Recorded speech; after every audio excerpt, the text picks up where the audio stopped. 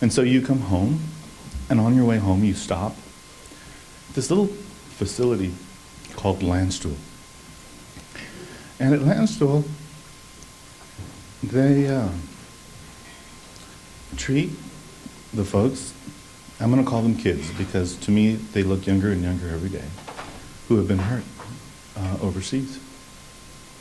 The day that I was there, in fact the night before I arrived, they had brought in a couple of kids who had been driving down the road in Afghanistan, and one of those IEDs had exploded under their vehicle. And I got to sit there and, hold the hand of a guy from California, very young, and we chatted a little bit. And you understand that if there's anything at all, that should transcend politics, it should be the armed services of the United States. And yet, it doesn't. Not always. Sequester is a great example of something that is a huge fight that's more about politics than it is about substance. Because while we all understand that we have to live within our means, we all should also understand that there is this thing called priorities. All right? When I pay my bills every month, I'm sure that I'm not that different because I pay my house payment, and I pay my car payment, and I pay my other stuff. And if there's money left over at the end of the month, then I go out and I may do something else with it, or I may save it, or I may do something else. I think that's what most people do. Well, the way that the sequester originally worked, the way that it was envisioned, and the way that it was initially applied. Let me ask you a question. How many of you have ever sat in the audience as the U.S. Navy Band has played a concert? All right? A few of you. How many of you have ever heard of the U.S. Navy SEALs? Pretty much everybody. All right?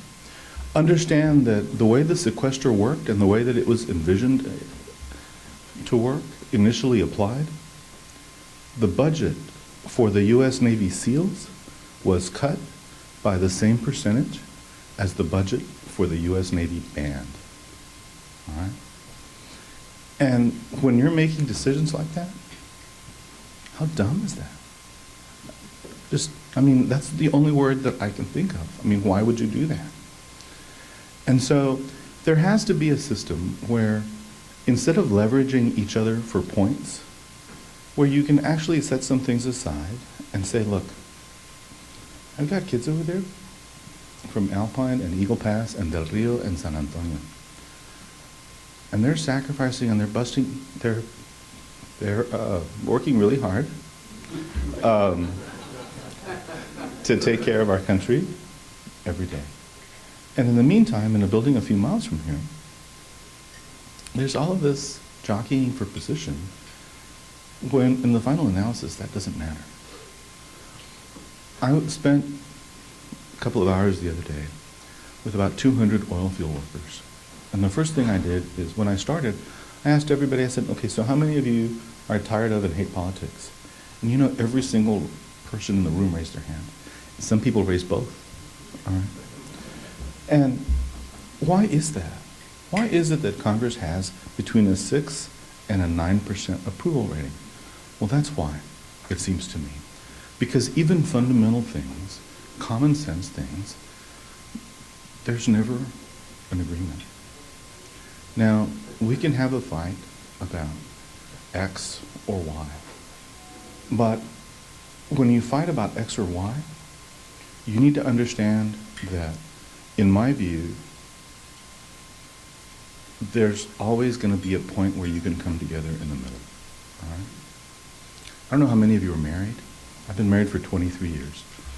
And I can tell you that every day, especially with the life that I lead going back and forth, every day marriage involves a compromise or two. When there's a difference of opinion about how you raise your son or your daughter, what does that involve?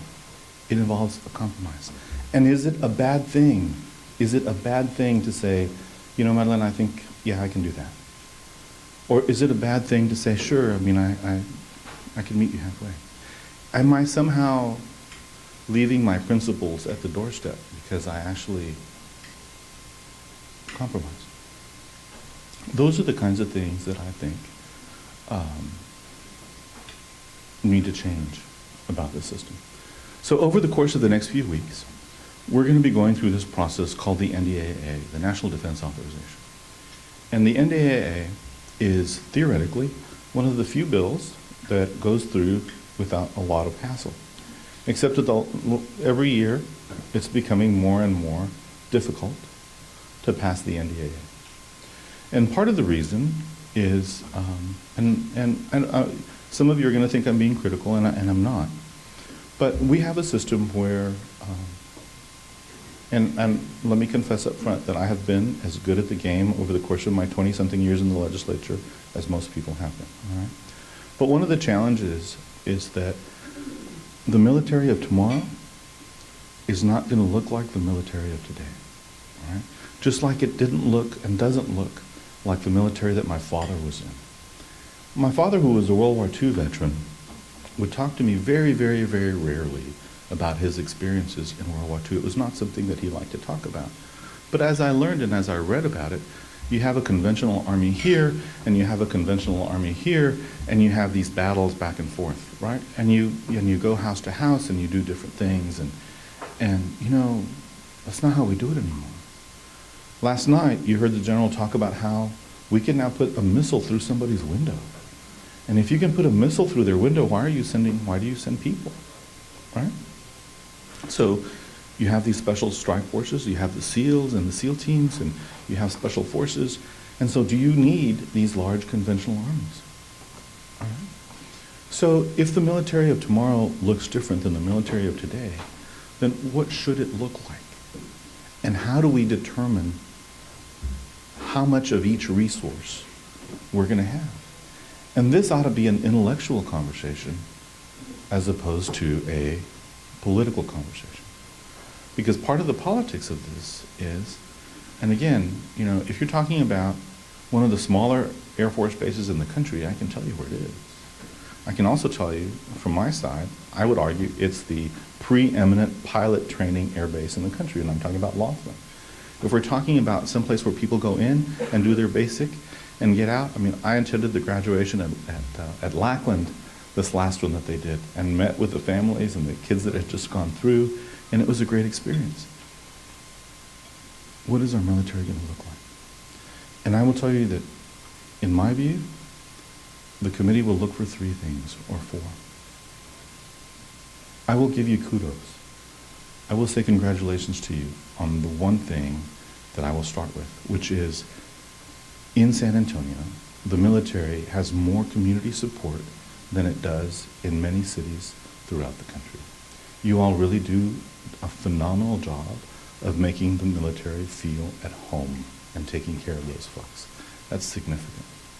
Number two, you all have been willing to put your money where your mouth is, right? And invest and help and do all of these different kinds of partnerships that are creative and innovative and provide incentive for the government to stay there. And number three, not only have you all done all of that, but the truth is that we have taught our sons and daughters that being in the military is a good thing. And so it has become a hub not only for people coming into the service, but frankly, it's also a place where people who leave the service come to live because they want to live in that environment and that atmosphere. So on those levels, you all have done phenomenally well. And you have to keep that up because that's key. The other thing that I will tell you that I think is really important, and you all are doing this, and we need to do more of it, is building relationships. All of you who are in business, how many times do you deliberately go out of your way to do business with someone you don't like? All right? So, part of this is about relationships. And you can call that political, and you can call that politics, and you can call that whatever.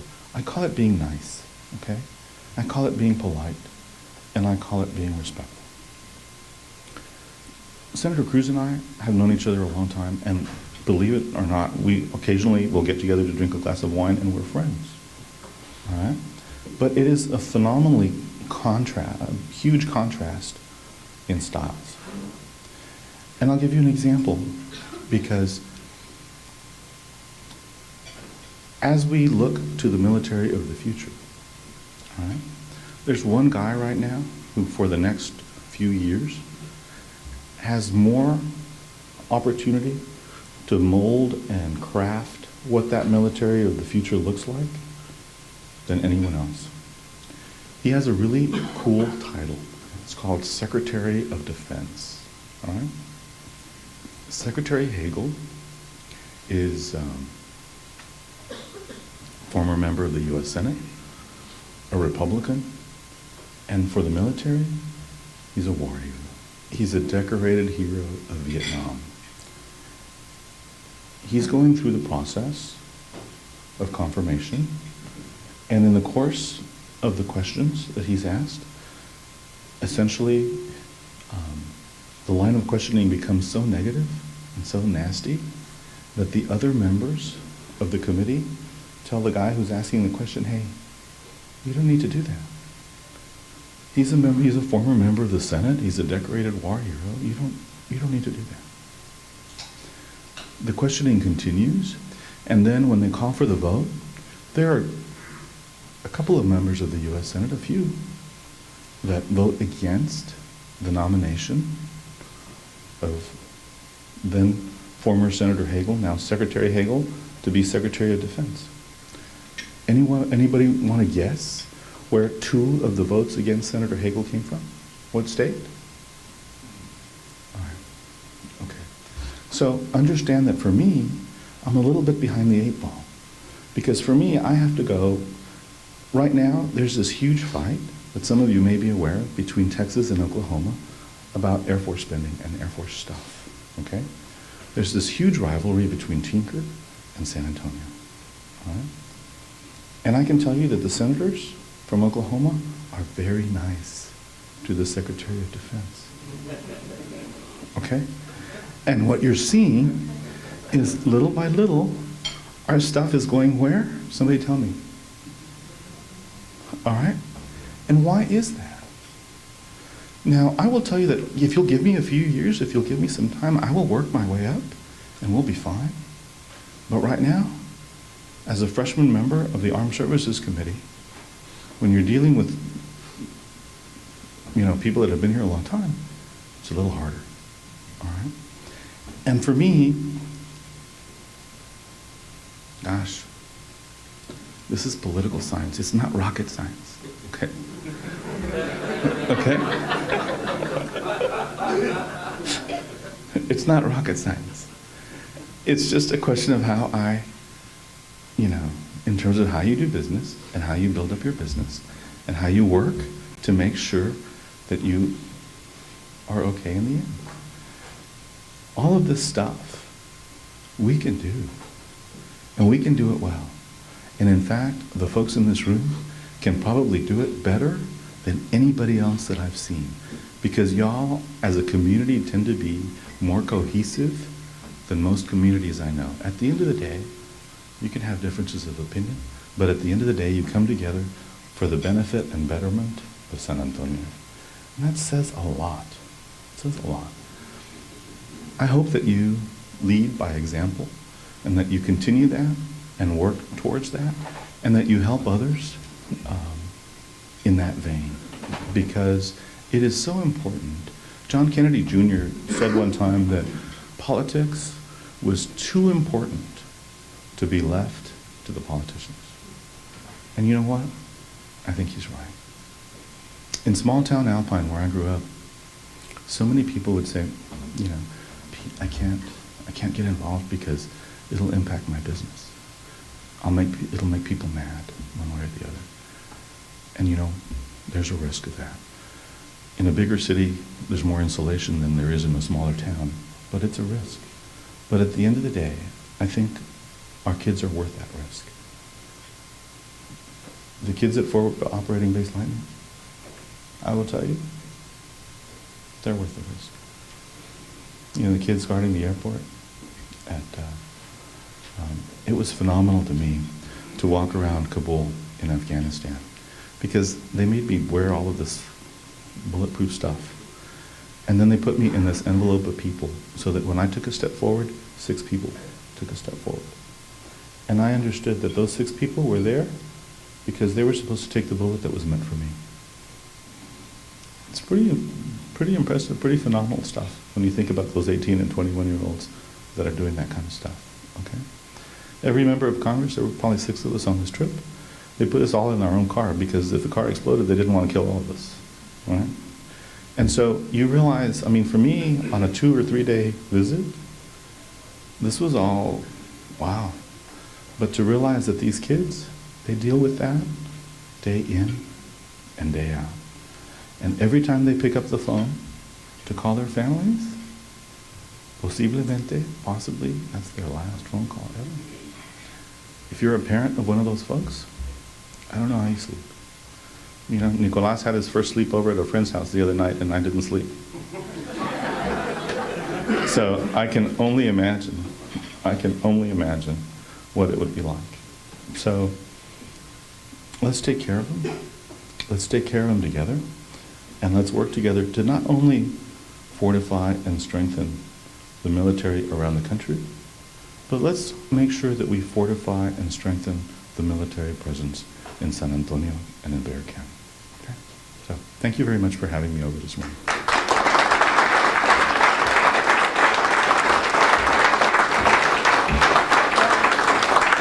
Y'all have any questions? Y'all have questions, or should I? Right. Take your best shot. Sure, my Congressman, you know, we're always happy to see you. You visited our facility recently, and you met some of our service members that we've hired. So we're very interested in continuing the whole group, continuing support, the assistance for the servicemen, and use them as true assets in our community. How can we help you in that process? Because we want to see how we can help the San Antonio delegation here. You and the folks in the Hill that are interested in that process, we want to do a better job at it. You know, one of the things that I have been really interested in fact, I think one of my first amendments was the opportunity to move some money into training and transition for folks who are making their way from active duty into civilian life.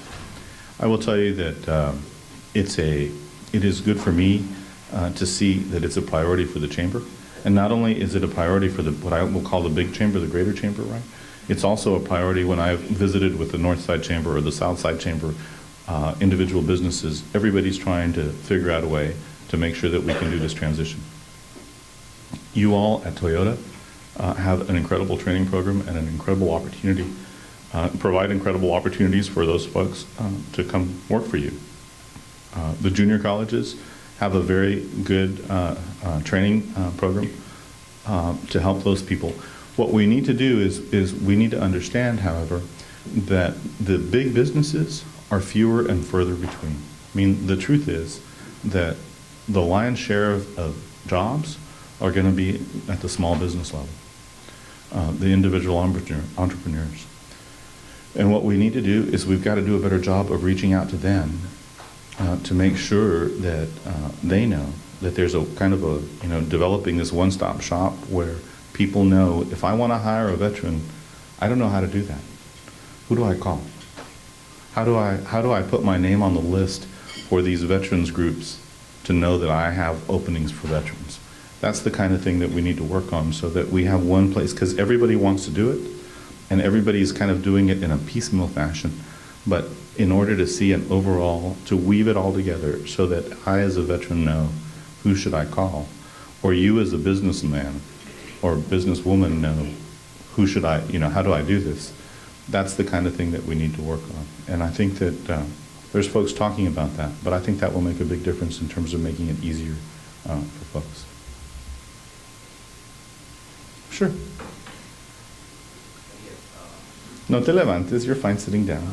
I can see you, I'm still.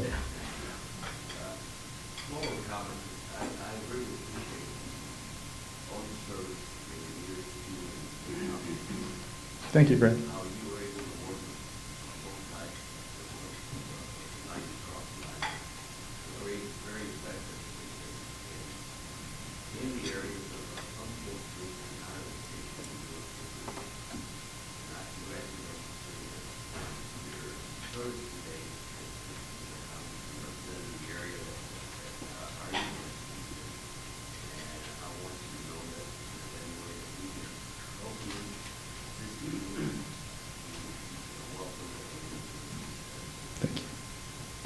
I love, I grew up, I grew up washing dishes in a restaurant. I don't think that's any secret. And the only way that I've had the opportunities that I've had has been through education. I mean, I really believe hugely that that's the door. And the coolest compliment, the most wonderful thing that anyone had ever done for me is in Eagle Pass, Texas, there is Pete Gallego Elementary School. And, Pete Gallego Elementary, I will tell you that, the best offer I'd had before that was a state prison, and somehow the Gallego unit didn't do anything for me,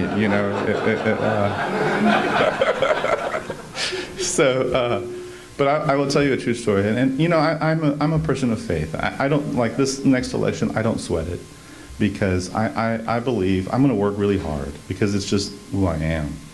But at the end of the day, two things can happen, right? I mean, one thing is God can say, I want you to be a member of Congress. In which case, I'm a member of Congress. Or God can say, you know what? I really think you should spend more time with your 9-year-old. And in which case, and somebody has to explain to me which one of those options is a bad thing, because I don't find either one of them to be bad. And I really believe, and I'll tell you about Pete Gallego Elementary, because God sends you messages. When he thinks that you're getting a little too big for your britches, you get a wake-up call. And for me, the day that Pete Gallego Elementary School in Eagle Pass, Texas was dedicated, I had my parents and my sisters and my family. We were all there. They're giving us a tour of this brand new elementary school. And obviously, I'm feeling pretty good. This sweet little 6-year-old girl in kindergarten, she comes up to me and she pulls on my pants leg. And she says, Are you Pete Gallego? And so, of course, I had gotten down on one knee, but I puff up a little bit, and my chest is out, and I'm thinking, and I smile it back at her, and I said, yeah, I'm Pete Gallego. So the next question is, so, she looks at me and smiles, and she says, what does it feel like to be named after a school?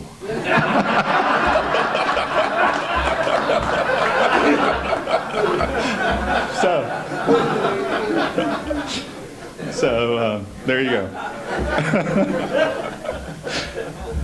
Anything else?